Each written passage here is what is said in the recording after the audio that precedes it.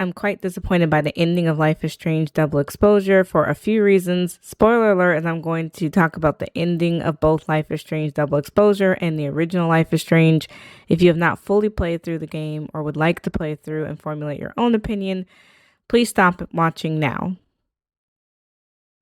Okay, so firstly, I feel like this game held on to the nostalgia from the original Life is Strange game.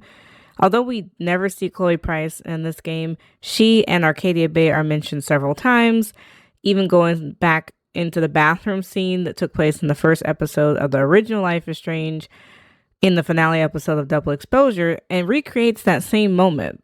This time is being between Max and Safi instead of it being between Nathan and Chloe. Chloe is mentioned in every episode of the new game, and she's constantly discussed by both Safi and Max throughout the game. You can even see some plot points that kind of compare between the two. People with powers can manipulate reality, but it causes chaos in the form of a storm, and the only way to end the storm is to fix the timeline. So in this new game, both Max and Safi have powers. Max can time travel to a parallel timeline, and Safi can shapeshift into other people, and that causes a rift in reality. Mostly it seems like it's Safi's fault because she was shapeshifting into people from Calderon University and got caught doing so. Like Reggie, who sees himself and ends up having a mental breakdown. Safi has to disappear to stop the storm and save the university. But she's able to do this without being killed like Chloe was in the original Life is Strange. So I'm not sure why they chose this option when Chloe had to die in order to save Arcadia Bay. Either way, though, it doesn't seem like it's a standalone game. If it's going to reference the original Life is Strange and mirror some of the same plot points, then they should have given a warning to players ahead of time to go back and play or watch the first game. Given that the original game came out in 2015, and I think the first episode is free from time to time on Steam, it would have been easy enough for new players to play the game ahead of this one coming out. Especially if they knew how many times they'd have to hear about Chloe, Joyce, Blackwell Academy, and Arcadia Bay. I mean, I guess technically you could get by because the game does go into great detail to explain what happened back then, but it's still, from a player standpoint, would have been better for you to experience it yourself since it's referenced so many times. As a side note, I honestly didn't miss having Chloe in this game, and it actually wouldn't have made sense for her to be in this game, especially since the focal point was Max using her powers again for the first time and finding other people who have powers like Safi. Chloe, I think, was powerless, at least according to the lore of the first game, and so it would have been out of place to bring her back. My second complaint with this new game is that a lot of the choices feel like they don't matter or are less important. A big example is Detective Alderman. He was a huge deal in the first 2 chapters, especially when his investigation was pushing him to accuse Moses as being the one who killed Safi. But then Alderman can randomly see an alternate version of himself. We're not given any explanation of how this is possible. He goes to touch this alternate version and starts getting sucked into a ball of light. And then nobody, except for Max and Moses, remembers him. Why doesn't Yasmin remember the detective who she hired to investigate her daughter's death?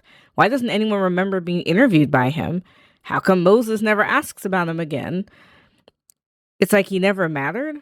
I even chose in my game to try to save Alderman from the turning into this ball of light or whatever, but Moses intervenes and he disappears anyways. So it's kind of strange and really no explanation. And another choice that was weird were these postcards or these Polaroids. Max would find these random Polaroids around campus, and we're not sure who's taking them or how they got there, and they never explained it. It was a collectible, and it was something you were able to collect. If you got all of them each episode, you would unlock an achievement. But what was the purpose of those? They never explained it. So it's kind of, I don't know. A lot of stuff just seemed like it didn't matter in the game.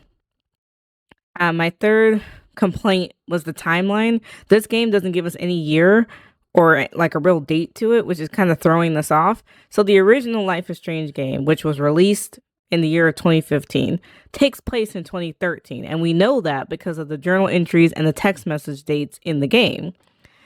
The prequel, Before the Storm, takes place in 2010.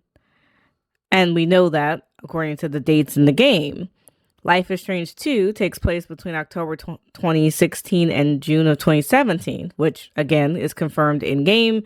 And the True Color events take place between 2019 and 2020. Again, we know that from the game. But in this game, they seem to purposely avoid putting dates or a year on anything, including text messages, calendars, her journal. Like, there's no timeline. There's no reference to time. And Max even goes so far as to say, well, what's the point of keeping track in some of her journal entries? And it's like, well, how come we don't know? It's making it seem like we're going to get a ton of sequels and prequels, and they're going to just keep spinning off of this story because time is no longer relevant to the story. And I get that Max's adventures are probably not linear because she can time travel now, both in parallel universes and rewinding time. But it's very strange that we don't get any context. It's like, why is time no longer important in a game where time travel is literally one of the powers? My fourth complaint is that it feels like, I don't know, like the ending just felt really forced and like none of the decisions were really important. So the last portion of the game in episode 5, Max just talks to everyone about her powers and she's taking photos. She didn't end up with any of her love interests. Safi is gone and nobody knows why. Yasmin is like off campus. She was fired and is recovering from like a shoulder injury, and the campus is kind of partially destroyed. I don't feel like I could have saved any of them. How could I have done better with Amanda, Vin, Gwen, or any of the other side characters? What was going to make a difference? I'm not sure any of my choices would have made a difference. Even saving the flash drive before Gwen burned it to prove that her other version did the drug deal because they stared directly into the camera. She still got fired from the university. I couldn't save Gwen's job. So I think for a narrative game, the choices should have made a difference in the story, and I never really felt torn between any two decisions in a major choice. I never even hesitated to make a decision. Like, the final decision was do you want to stand with Safi to become gods and rule the world, or do you want to move on and refuse her offer? And I'd opted to side with Safi because it doesn't seem like she's going to return in this game or what difference it's going to make. Now that we see it's moving towards a sequel, it probably didn't make a difference whatever answer I said because the sequel is coming regardless. So whether I said yes to Safi or no, she's still coming back in the third game. And finally, I think that is my complaint. It's implying or basically just telling us that there's another game in the series. So at the end of episode 5, after you watch the credits, you see a scene where Safi is talking to Diamond. And she tells Diamond that she knows Diamond must have powers because she has a signature nosebleed that both Safi and Max get when they use their powers too much. It's kind of unclear what her powers are since we never see Diamond use them in the game. But the last image says that Max will return. So now it's implying that powers are going to be even more integrated into the Life is Strange games, and we should expect a third game where Max is going to be the protagonist. So Square Enix and Deck 9 seem to be milking this series to death. Most of the Life is Strange games do not get a sequel.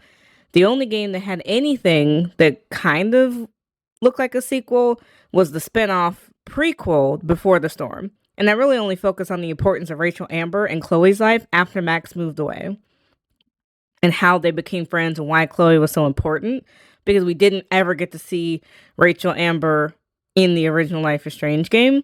So I guess it was more of a bridge to provide clarity, but it wasn't like a core game. You could have not played Before the Storm and it wouldn't have changed anything about the original Life is Strange. But the rest of the games in the series were all standalone. So Life is Strange 2 focused on Sean and Daniel, the two brothers who had to run away, and True Colors focused on Alex. But we never get an indication from either of those two games that their story was going to continue on into another game. So I don't know why this one is forcing sequels and keeping Max on as a main character in future games when we need to move on from this story. The backlash that they received from having Chloe, or not having Chloe, I guess, in this game, and all the drama leading up to the launch of this game shows that these two characters, Max and Chloe, are too emotionally involved for people to enjoy any other game with them in it.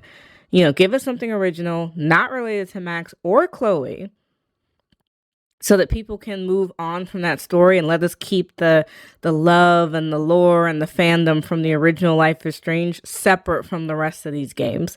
That's what made Life is Strange 2 and True Color successful, is they had nothing to do with the original, and so the story could stand on its own. So do that again, because now I'm disappointed. I feel kind of like, wow, this story didn't end. I put in 10 hours into a game. I don't know very much of anything. And now I have to wait, 3 years for another game to kind of finish Max's story. Will that be an ending? I'm not quite sure. But let me know in the comments below, what did you think of the ending of Life is Strange, and how do you feel about being forced to a sequel?